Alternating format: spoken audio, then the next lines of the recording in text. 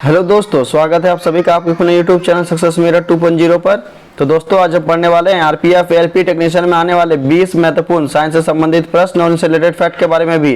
तो बिल्कुल भी स्किप ना करें और लास्ट तक बने रहें। अगर आप हमारे चैनल पर नए हो तो सब्सक्राइब कर बेल आइकन को दबा लें। और लास्ट में आपसे क्वेश्चन भी पूछूंगा जिसका आंसर आपको कमेंट बॉक्स में बतानी है। साथ ही आप हमारे टॉप 20 क्वेश्चन में कितना अटेम्प्ट कर पाते हो कमेंट बॉक्स में जरूर लिखेंगे। तो चलिए स्टार्ट करते हैं। हमारा आज का पहला सवाल है, आवर्त नियम और आवर्त सारणी के निर्माण के लिए किसे जाना जाता है। और दोस्तों किसी भी प्रश्न का उत्तर अगर आपको पहले से मालूम हो तो कमेंट बॉक्स में जरूर लिखेंगे। तो इसका सही उत्तर हमारा क्या हो जाएगा, आवर्त नियम और आवर्त सारणी के निर्माण के लिए किसे जाना जाता है। तो इसका सही उत्तर हमारा हो जाएगा option number A, Dmitri Mendeleev. दोस्तों मेंडलीफ ने आवर्त नियम और आवर्त सारणी के निर्माण के लिए उन्हें जाना जाता है। हमारा अगला सवाल है, और दोस्तों ये बहुत ही महत्वपूर्ण सवाल है, इसका सही उत्तर आप हमें कमेंट बॉक्स में लिखेंगे। साथ ही आज हम जो आपको टॉप 20 क्वेश्चन बता रहे हैं ये सारे के सारे इंपॉर्टेंट और 100% रियल आपके सभी competitive exam RPF LP technician में आने वाले महत्वपूर्ण प्रश्न हैं। तो सभी प्रश्नों को अच्छे से देखेंगे और उन्हें याद करेंगे। साथ ही दोस्तों लाइक और शेयर जरूर कर दिया करेंगे। जो भी हमारे चैनल पर नए हो सब्सक्राइब कर बेल आइकन को दबा लेंगे। और दोस्तों अगर आप हमारे साथ लास्ट तक बने रहते हो तो आपके सभी कॉम्पिटिटिव एग्जाम के लिए बहुत ही महत्वपूर्ण होगा। तो चलिए प्रश्न की ओर बढ़ते हैं। हमारा आज का अगला सवाल है, गति के नियम किसने प्रतिपादित किए। तो गति के नियम को किसने दिया था। तो इसका सही उत्तर हमारा हो जाएगा ऑप्शन नंबर ए, सर आइजैक न्यूटन ने। गति के 3 नियम होते हैं दोस्तों, जिसका तीनों नियम की खोज किसने की थी, सर आइजैक न्यूटन ने की थी। हमारा अगला सवाल है, ओजोन परत के क्षरण के लिए कौन सी गैस उत्तरदायी है। तो ओजोन परत के क्षरण के लिए उसकी परत को नष्ट करने के लिए कौन सी गैस आवश्यक है दोस्तों, यह जरूरी है यहाँ पर दिखा रहा है। तो इसका सही उत्तर हमारा हो जाएगा ऑप्शन नंबर सी, क्लोरोफ्लोरोकार्बन। दोस्तों जो वाहनों से निकलती है, फ्रिज कूलर ऐसी जो गैस निकलती है क्लोरोफ्लोरोकार्बन CFC, दोस्तों यह ओजोन परत के क्षरण के लिए उत्तरदायी गैस है।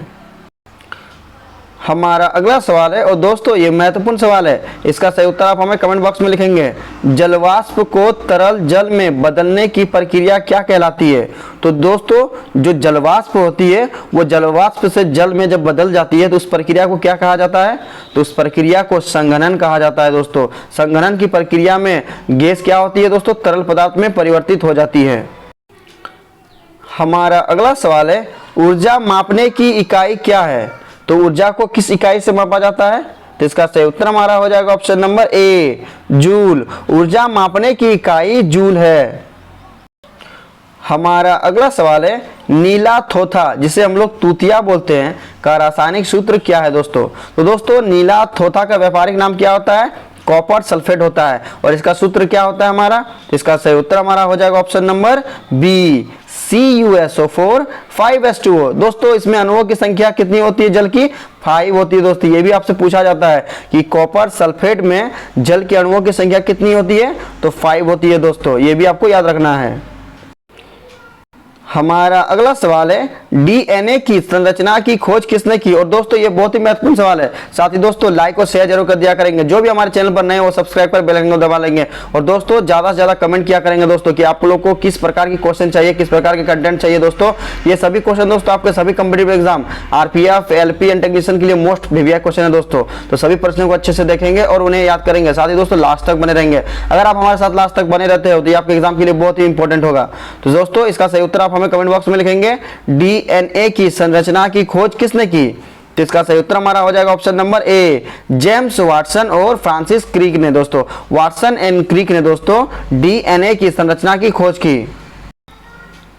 हमारा अगला सवाल है, वह कौन सी प्रक्रिया है जिसके द्वारा पौधे अपनी जड़ों के माध्यम से पानी लेते हैं। तो दोस्तों किस प्रक्रिया के अंतर्गत पौधे अपनी जड़ से पानी लेते हैं। तो इसका सही उत्तर हमारा हो जाएगा ऑप्शन नंबर ए, परासरण। परासरण की प्रक्रिया के द्वारा पौधे अपनी जड़ों के माध्यम से पानी को लेते हैं।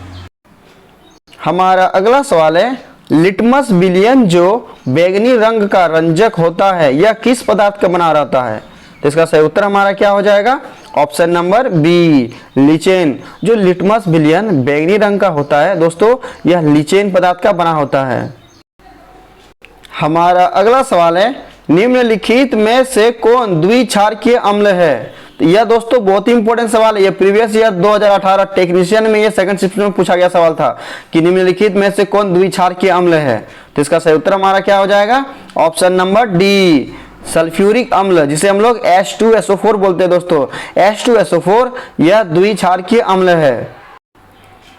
हमारा अगला सवाल है, मानव नेत्र के किस भाग पर किसी वस्तु का प्रतिबिंब बनाते हैं? तो इसका सही उत्तर हमारा क्या हो जाएगा?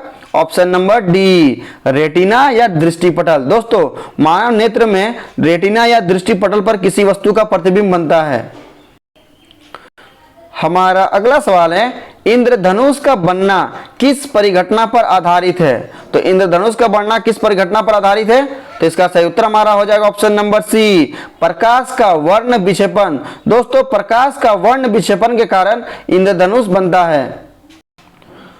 हमारा अगला सवाल है, टंगस्टन निम्नलिखित में से किस ताप पर पिघलता है? तो इसका सही उत्तर हमारा क्या हो जाएगा? Option number C, 3500 degree Celsius. Tungsten 3500 degree Celsius के ताप पर पिघलता है। हमारा अगला सवाल है, बैटरी से किस प्रकार से धारा प्राप्त होती है? दोस्तों ये इंपॉर्टेंट सवाल है, इसका सही उत्तर आप हमें कमेंट बॉक्स में लिखेंगे। तो बैटरी से किस प्रकार की धारा प्राप्त होती है? तो इसका सही उत्तर हमारा हो जाएगा option number B, DC current. दोस्तों डायरेक्ट करंट बैटरी से प्राप्त की जाती है। हमारा अगला सवाल है, एक जूल का मान कितना होता है? तो एक जूल में कितना कैलोरी होता है दोस्तों? तो इसका सही उत्तर हमारा क्या हो जाएगा? Option number B, 0.24 calorie. एक जूल में 0.24 कैलोरी प्राप्त होती है। हमारा अगला सवाल है, डायनेमो का सिद्धांत किस पर आधारित है? तो इसका सही उत्तर हमारा क्या हो जाएगा? ऑप्शन नंबर ए, विद्युत चुंबकीय प्रेरण के सिद्धांत पर। डायनेमो का जो सिद्धांत है वह विद्युत चुंबकीय प्रेरण के सिद्धांत पर आधारित है। हमारा अगला सवाल है, पृथ्वी का विभव कैसा होता है? तो पृथ्वी का विभव कैसा होता है दोस्तों? तो इसका सही उत्तर हमारा क्या हो जाएगा? ऑप्शन नंबर सी, शून्य। पृथ्वी का जो विभव होता है वह शून्य होता है। हमारा अगला सवाल है, नाभिक के विखंडन को नियंत्रित करने में कौन प्रयुक्त होता है? तो दोस्तों नाभिक के विखंडन को नियंत्रित करने के लिए किसका प्रयोग करते हैं? तो इसका सही उत्तर हमारा हो जाएगा ऑप्शन नंबर सी, कैडमियम का छड़। दोस्तों जो नाभिक के विखंडन होता है उसे नियंत्रित करने के लिए कैडमियम के छड़ का प्रयोग किया जाता है। हमारा अगला सवाल है, उभयलिंगी जंतु कौन नहीं है? तो दोस्तों उभयलिंगी का क्या मतलब होता है? जिसमें नर और मादा दोनों का गुण पाया जाता है। तो कौन सा वो ऑप्शन सही है दोस्तों जिसमें उभयलिंगी का गुण नहीं पाया जाता है? तो इसका सही उत्तर हमारा क्या हो जाएगा? ऑप्शन नंबर डी, मछली। मछली उभयलिंगी जंतु के अंतर्गत नहीं आता है।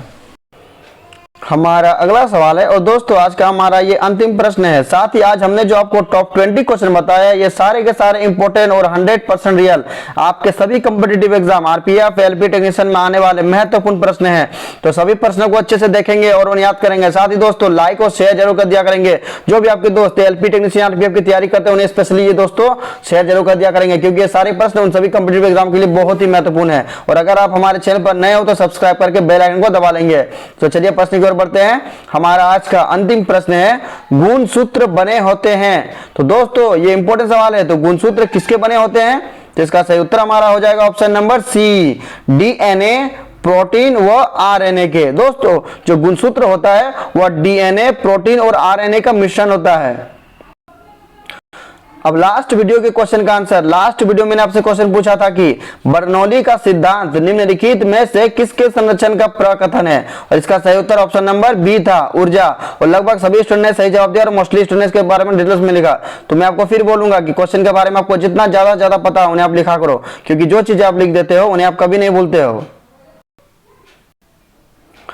अब आपके लिए आज का सवाल है, सामान्य दृष्टि के वयस्क के लिए सुस्पष्ट दर्शन की न्यूनतम दूरी कितनी होती है? तो दोस्तों जो मनुष्य के लिए सामान्य दृष्टि होती है वह कितनी दूरी होती है?